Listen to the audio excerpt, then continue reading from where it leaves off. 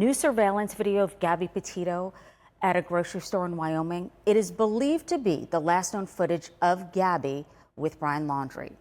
You see them pull into the grocery store in Gabby's white van. So what does their body language tell us about what may have been going on at the time between them?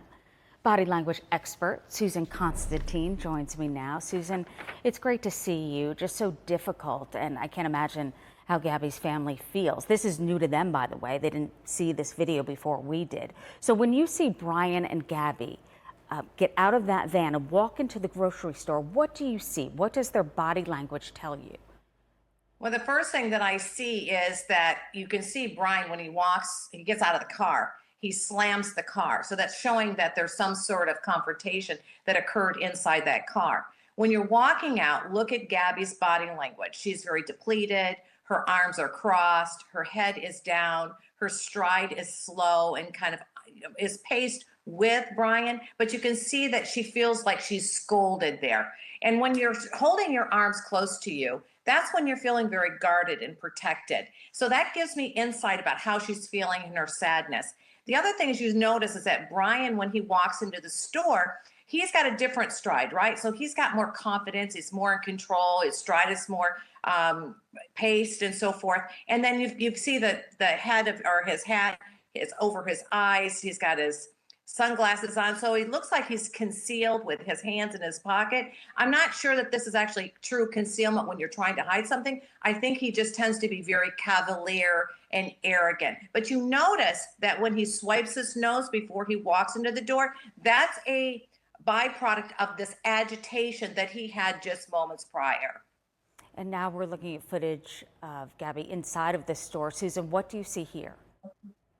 Okay, so in this clip here, you see the two of them kind of wandering around. They don't really have a real clear direction. They're kind of wandering around. They're not really focused in on something, and they're not really talking about what they're actually looking for. So it's interesting that what's happening here is I think they're kind of blowing off a little bit of energy that they just experienced outside. And then there's a moment when they come to this refrigerator where the cheese is at.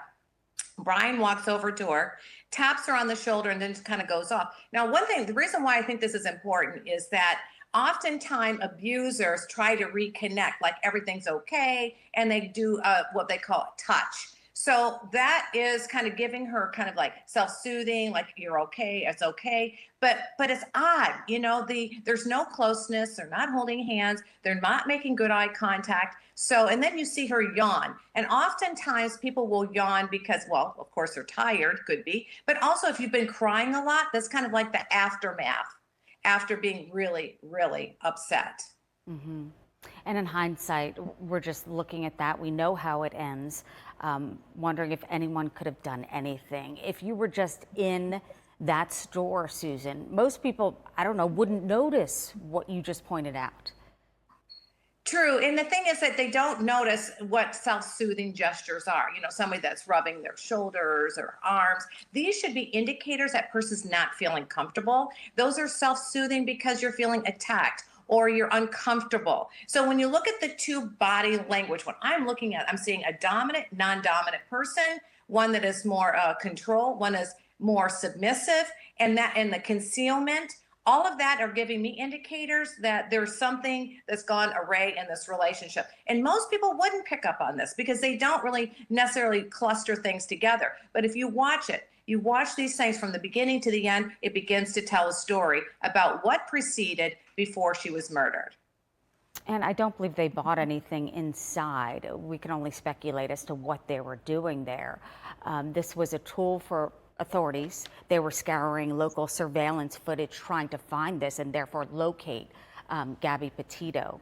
Do you think the public, as we have seen and heard before, that they did have some altercations in various restaurants, but here it appears that they're getting along from what the public can see and hear? Yes, and that's the thing is about abusive relationships. They don't always show that outside in front of people that overtly. It's when you get them in behind closed doors in that car, or when they're alone with them, and you start to see this kind of percolate. And in those restaurants where you've seen them arguing, most people feeling more at ease, especially when you're sitting across from them, they tend to kind of block out what's going around them, thinking that they're all alone, but the cameras and people are watching. So this didn't just happen overnight. This is something that's been going on. This friction has been going on for a long time, and then we know the end of the story. In hindsight, it is just horrible to see. Susan, thank you so much. Susan Constantine, body language expert. Appreciate your time. Since his daughter's death, Joe Petito has been dedicated to helping other families find their missing loved ones by working with politicians, really on both sides of the aisle, as we look here at Gabby Petito. It's his goal to share information, and he's working on a bill. Now, I recently sat down with Joe Petito, who again has made it his mission to help other families. He learned about the gaps in the system after his family went through the excruciating experience of looking for Gabby. Does it seem surreal looking back at that time? I remember watching you before we ever spoke, before I ever met you, pleading for help. What was that like? When someone goes missing, that's all you ever want.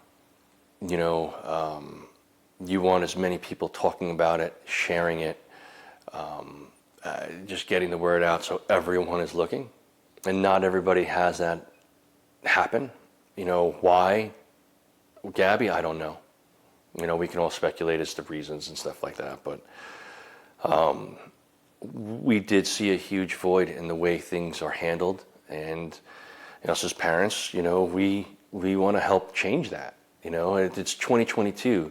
We should have the way missing persons are handled keep up with the technology that we have. And they might do it on the law enforcement side, but us as citizens that are still actively looking, you know, we can have a hand and we can help shorten that time.